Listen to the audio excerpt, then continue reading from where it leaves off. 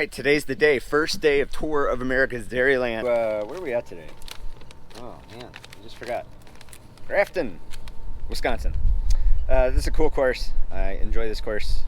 I've never finished well at this course, but it's a cool course. Got the numbers, got registered, carpool done, drive down here done. I ate my burrito. Feel like I'm in pretty good shape. We got a lot of time before we race, so I think I'm just gonna go kill some time and watch some bike racing.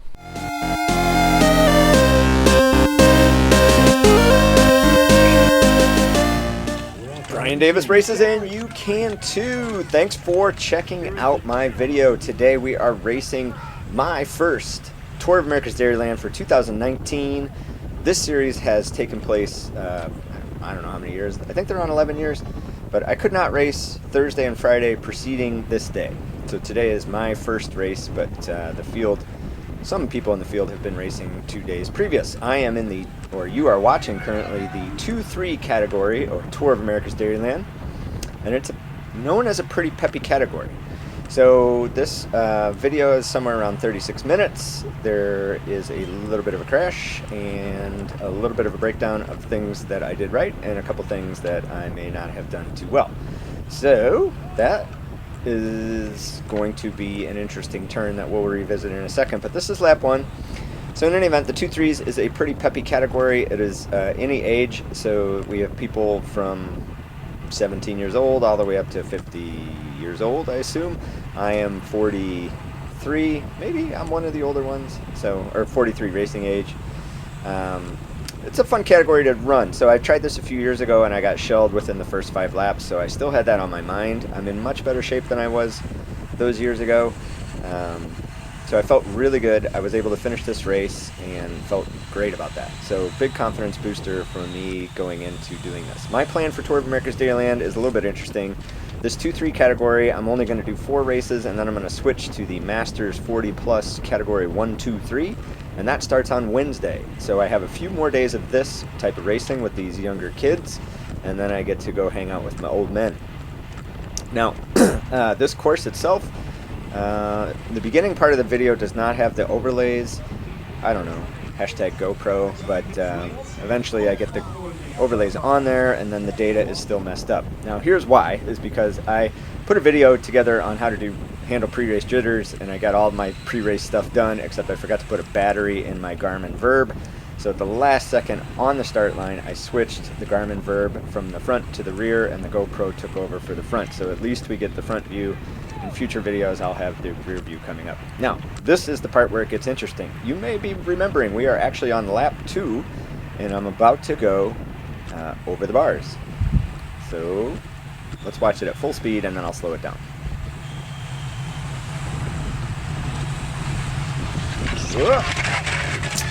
Unfortunate. So all is well. The bike was fine.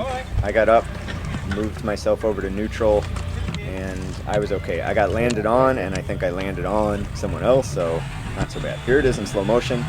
So this person that comes inside me, no problem. That's totally fine. I'm not worried about that. But if you look over to the right, you will see that person in white. He shifts out. Now, normally I would say that would be his fault. But what was really happening, it was hard to see, but what was really happening is the barrier on that corner, someone had moved a piece of equipment into that corner between the races, and they did not put it back very properly. So there was a little bit of the barrier that was sticking out about 3-4 inches, and it was right at shifter height. So the interesting part, it was just past the apex of the turn. So you'd hit the apex thinking, okay, this turn is complete, I'm done, and then you would see this thing sticking out and you would have to try to avoid that, and then that forces you to push your line way out like that gentleman did. So overall, not too upset about that. It's not his fault, really, not my fault, not really anybody's fault, just unfortunate part of bike racing. So after I got back with the crew, you can see I am way in the back, and I'm going to spend some time actually trying to tell people to fix the barrier, because we go through here another 3 or 4 times and it is just as dangerous every time. You can see, oh, there, that guy. But anyway, we make it, no more crashing, that I'm aware of. So we did have a number of people in the field that blew out spokes and things like that. So maybe they had more problems in that crash than they thought. And in any event, that's what happened. So I am racing in this race with two of my teammates. We have Brent Williams, who did the pro race on Thursday night and Friday night, and unfortunately had a pretty good crash that wrecked him up pretty good the night before. So he wasn't sure he was going to race, and then he decided to make the trip with us, and then wasn't sure if he was going to stick to doing the pro race or if he was going to drop back and do the 2.3s for a race or two, and ultimately he decided to do 2.3s, which I think is the right choice. And the reason I think that's the right choice is that, especially after a crash or something like that, if you have the option to move around a little bit in fields and have a potential to win a race, or at least be much more comfortable in a race, it's definitely a good confidence boost. So my vote was for Brent to drop back and do the 2.3s with us, and just help him remember how much fun it is to win a bike race, I guess, so that when he goes back into doing the pro races, he'll remember how much fun it is to win a bike race, and he'll go win. I just know it. Super talented rider. He's riding really, really well right now. And then the other teammate, Andy Webb, has raced Thursday, Friday in this category, and I think he was sitting in third overall, maybe fourth. Oh, man, I can't remember. So Andy, super strong rider. Andy likes to stay well at the front, so you will not see much footage of Andy, because I did not make my way to the front very much in this race, or at all, actually. So Webb, yeah, there's that turn with that thing sticking out again. So in any event, Webby did great. He actually got second in this race, so fantastic. And Brent, because he was doing our race, was able to go out and help the teammate Andy in the last, I think he pulled basically from laps 4, 3, and 2, and kept everything pretty peppy and pretty safe, and then a couple other people took over from there. So that worked out really well in the closing laps. It was nice to have a couple people in the race. I certainly wish I could have contributed more, but after that little wreck, and this just being the first race that I've done in a while, it was hard for me to kind of wrap my head around what I'm up to. Alright, so you will see the power overlays are all over the place, because getting GoPro footage to work with the Garmin software is challenging. You'll also notice in that course profile image where it shows the start-finish line, that's actually not true, and I guess that course profile is way off from where we are. So sorry, I did spend a little extra time trying to sync these things up, but I just struggled with that. So I gave up in deference to getting the video out instead of trying to make it perfect. So if you are upset about that, I apologize. So there is a good amount of this in the race. So the 2.3s race is fast and it's straight, and there's a lot of people in this course, or in this field, that are very, very strong and could win on any given day. There's not a lot of slackers in this group. That'd be interesting to see how many people we dropped in this category.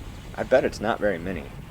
Now this race isn't extremely hard. There is a hill, but overall I wouldn't say it's the flattest race certainly on this calendar, but it's not so bad. Now this turn is tricky because this turn is more greater than 190 turn. I don't know what you call it. So again, don't look at the course where the little dot is moving. That is totally inaccurate. The start finish is inaccurate. But anyway, after that strange turn, that goes into the finishing straight. So if you sprint right from that last turn, it is a long drag race, but there's not a whole lot of other options. You kind of have to get on it right after that.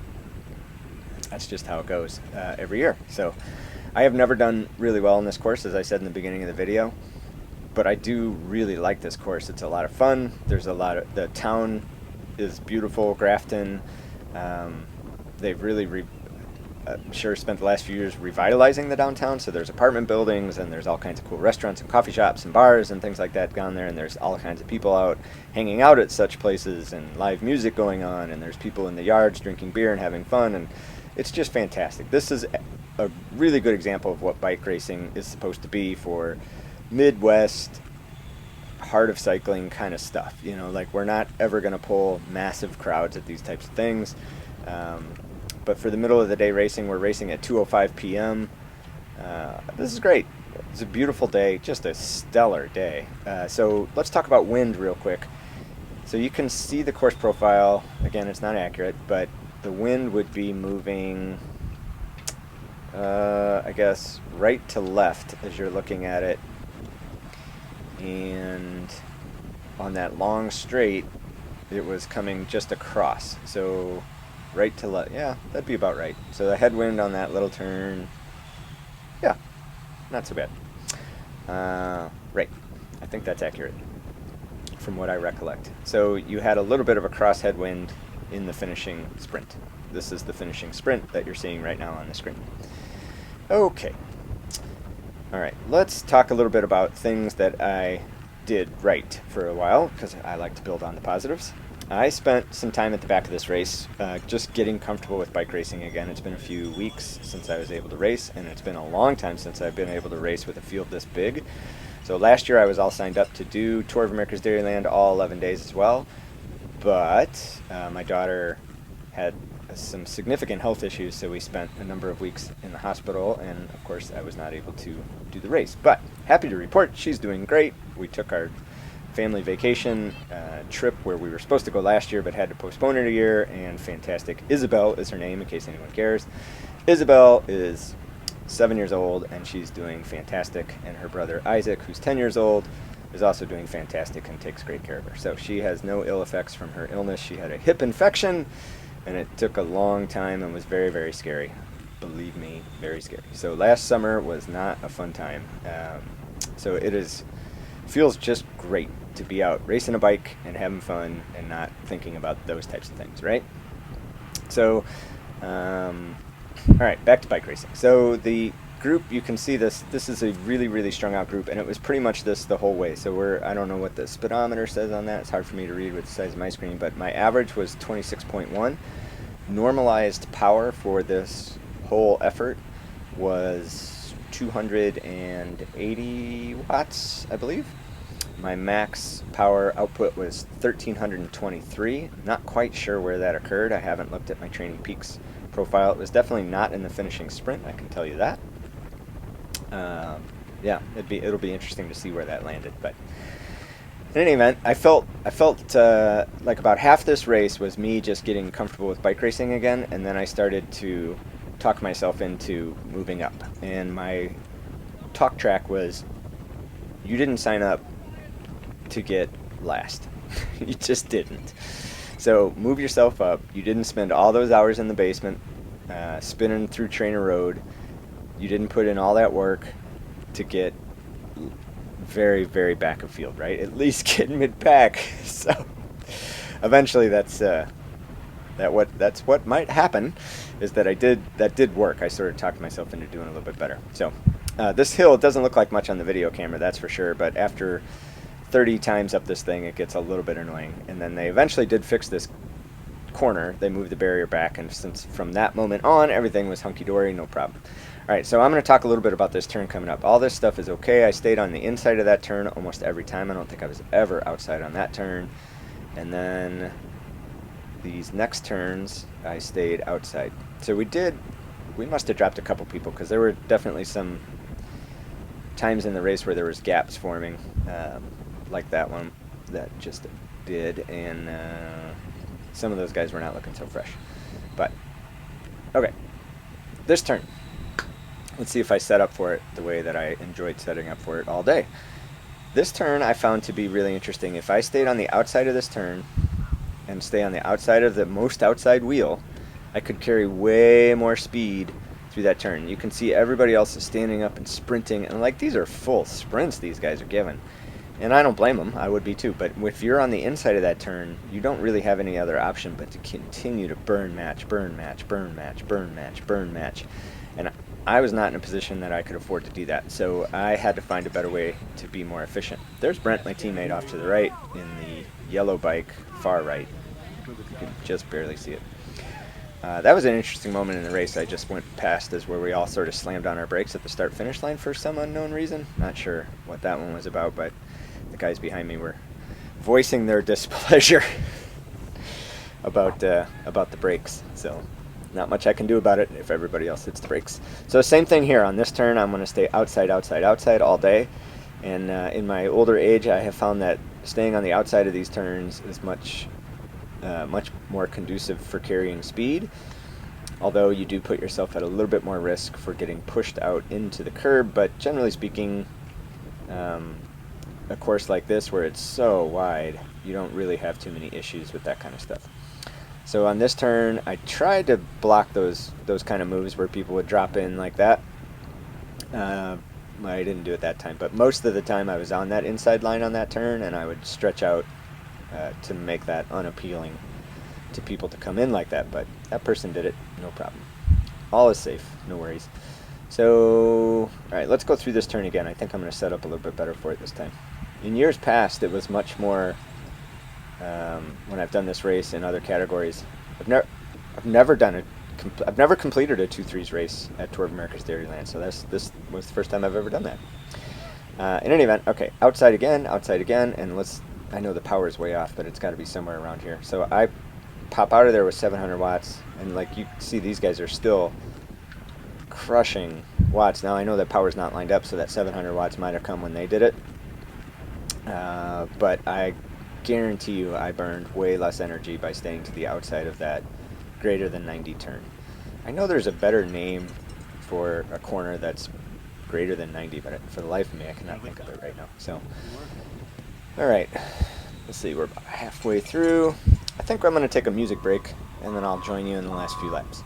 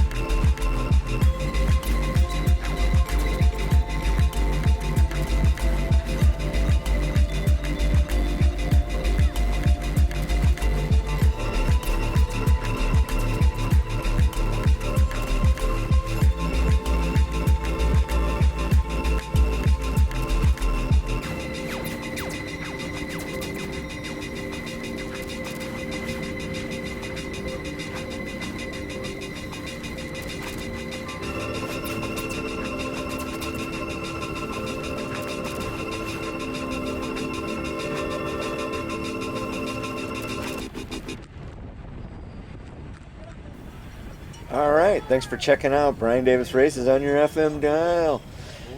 Hey, yeah, just couldn't come up with a whole lot of stuff to talk about in the middle there. So essentially we were going 27 miles an hour in one straight line for a very, very long time. All right, now we are getting toward the end of the race, and you can see there's a little bit of bunching up because people are starting to get a little bit excited. We'll see if we can figure out the lap counter on the next go round, because that would be really insightful to be able to see how many laps are left, because when there were 10 laps left is when things started to really spice up. So with 10 laps left, that's when they show you the laps left. So for those of you who don't know, the way that the laps work, which anyway, so for those of you who don't know, at least in this series, what they do is they say you're going to race for 50 minutes. And then they time our field to see how quickly, on average, we're getting around in the first few laps, or 10 laps, or whatever it is. I don't know the number. And then they take that average, and then they work backwards from 50 minutes to arrive at a lap counter, because that is much more predictable than trying to race to 50 minutes, right? So when they get all that math figured out, they'll finally tell us through the announcer, and there's a lap counter right under the start-finish line that will tell us there's 10 laps left. So that's when people start to really pay attention. If there's not a break up the road, everyone gets maybe a little, I shouldn't say everyone, but a lot of people get a little bit excited about their chances. So don't know if we'll be able to see it this time. I am going to go right underneath it. So maybe we will see it.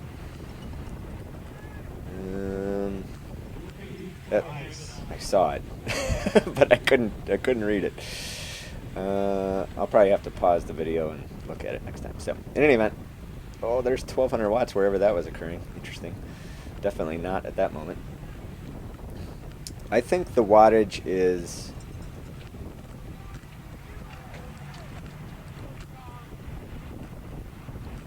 behind. Actually, I think the wattage is ahead of where I'm at. Yes, it is well ahead of where I'm at. So that wattage looks like what I'm about to do in this section. Yeah, maybe not. So sorry about that. All right, so it'll get better tomorrow, because I put a battery in my Garmin Verb, and the Garmin Verb is significantly easier to match up the power overlay stuff. Whoa! Yikes! Yahtzee! Oh, there was one moment in this video that was interesting. I wonder if I already passed that section. I don't think I did.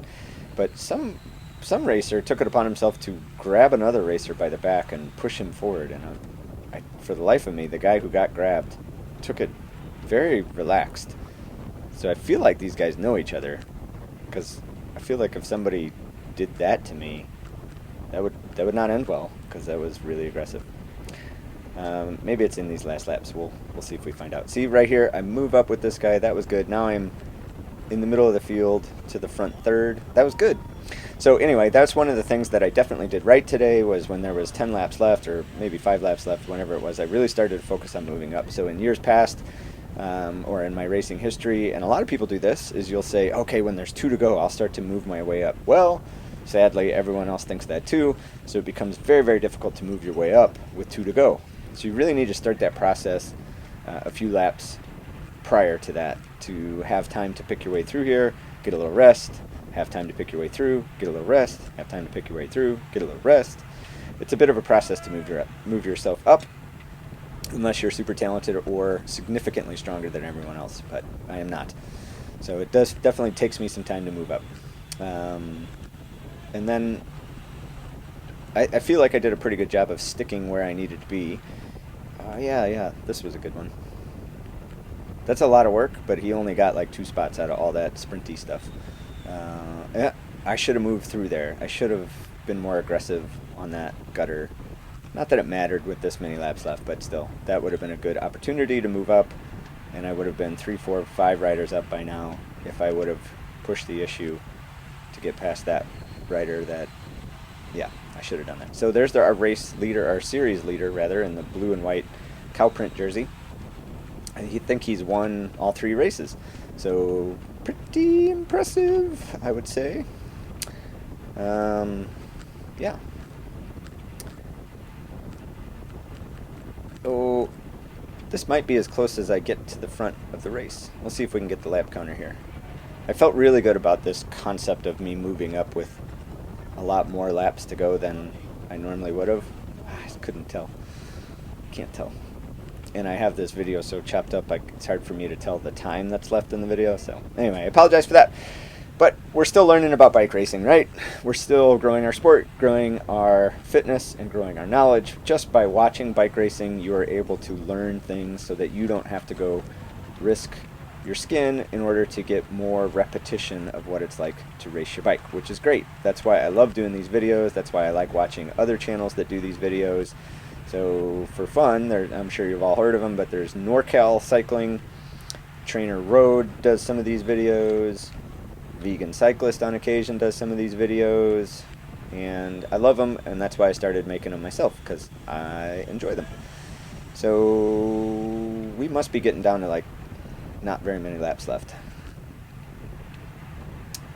Yes, got it. So this is probably 3 to go if I had to guess. And again, I'm doing a good job of surfing my way up to the front and staying up to the front and resurfing and recycling and staying up to the front. And that's the name of the game when you want to stay up to the front in the end of these races. You just have to constantly be moving in and out, in and out, in and out, and moving up on the outside and then bouncing out. You're going to get swallowed up by other people doing the same thing, so that's why it's important as soon as you can get back to the outside and take up more spots and go swamp people out again. It's just kind of a never-ending washing machine when you're at the last couple laps of these races. Look at that. What the hell is he doing? That was absurd. I do not know who that guy is, but I would have a significant problem with him if he were to do that to me. That was obnoxious. I can't quite make out his number, but that kind of garbage we do not need in this sport. That's just absurd. Ooh, that makes me mad. So if anybody knows who that clown is, feel free to light him up and let him know that that's not okay. That's not how you race a bike. You don't grab other people. Keep your hands to yourself. That was not cool. All right, well, there we learned something about people that are not cool. So, yeah, we are definitely coming to the last 2 laps here, I think.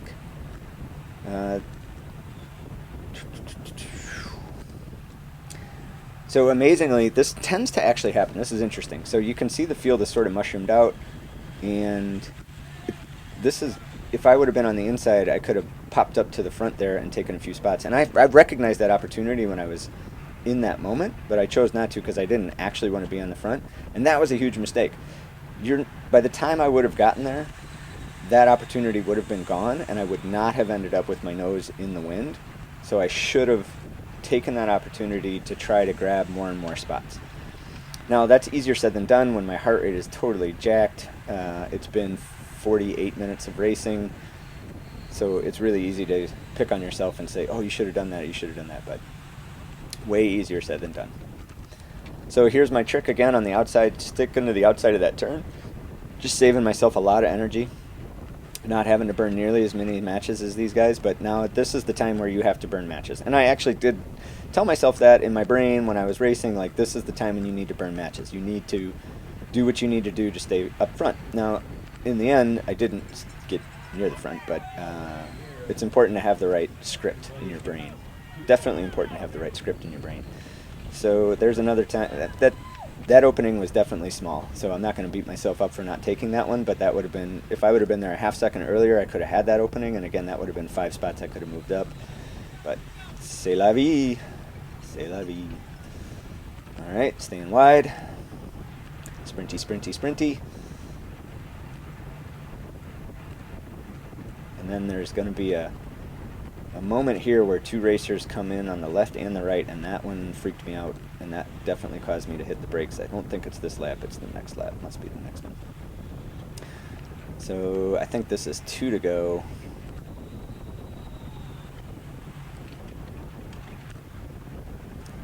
Yep. Alright, there is one of my teammates who was up there pulling, and now he's... well, he's going to stay ahead of me because he's more talented than me. I think... I don't even think that was the bad one. So I started getting real nervous here at this time of the race because you can see people are kind of bopping all over the place and it's a little stressful. But overall, I would say this race, for being a 2-3 category, which has lots of young guys in it, I felt fine. I didn't think it was overly dangerous necessarily. So it's okay. And the crash was a super easy crash, no problem. So best crash I ever had. All right, this has got to be the last lap, and you can see I'm not in a good spot. That would have been a good opportunity to move up. I think I was looking at this guy on the right. There was somebody here on the right I was hoping was going to power his way up to the front. And then now there's going to be more people that move in on the right, and they're definitely going to chop this corner. And I was kind of in a position where I felt uncomfortable going up to that spot, but I didn't. But I still did it, which was good. Look at all these spots I'm grabbing here in this last lap. And that turn is actually not a big deal, right? No big deal. Everybody made it through there. Now I'm on the inside of this turn, not my favorite place to be because I'm going to have to go through a significant amount of power to move up this hill. But here I am, like, I don't know, 20th wheel. There's Andy, my teammate, who eventually got second, but I just could not get up there to do anything about it. So you're going to see two riders come in on me here, and that freaked me that freaked me out pretty good. So I definitely that scared me, to be honest with you. So just no fault of theirs. They didn't do anything wrong. It was just the coincidence of having two of them go right over the top of me like that was kind of wild. So such is life. All right, so this is going to be the final sprint. A couple people coming in on this turn, no problem. We're all going really fast. It's okay. Yeah, I probably should have been focused on grabbing one of these wheels and really focused on trying to keep that, but I just kind of daydreamed here, I guess, sadly. So I know I want the outside of this turn. Wow, this is an awful turn. Awful. I did a really, really poor job of this. No one's pushing me out. That was just me not being comfortable with that speed. So that's frustrating. And then I put on a good sprint. Well, I don't know about good, but I put on a sprint. And yeah, that sucks. So I got 24th out of, I don't know, 50-something. So we'll see what happens tomorrow. I felt good today, and I think things are only going to get better from here. So happy. Talk to you soon. Thanks for watching. Please subscribe. There'll be more videos coming this week. Bye.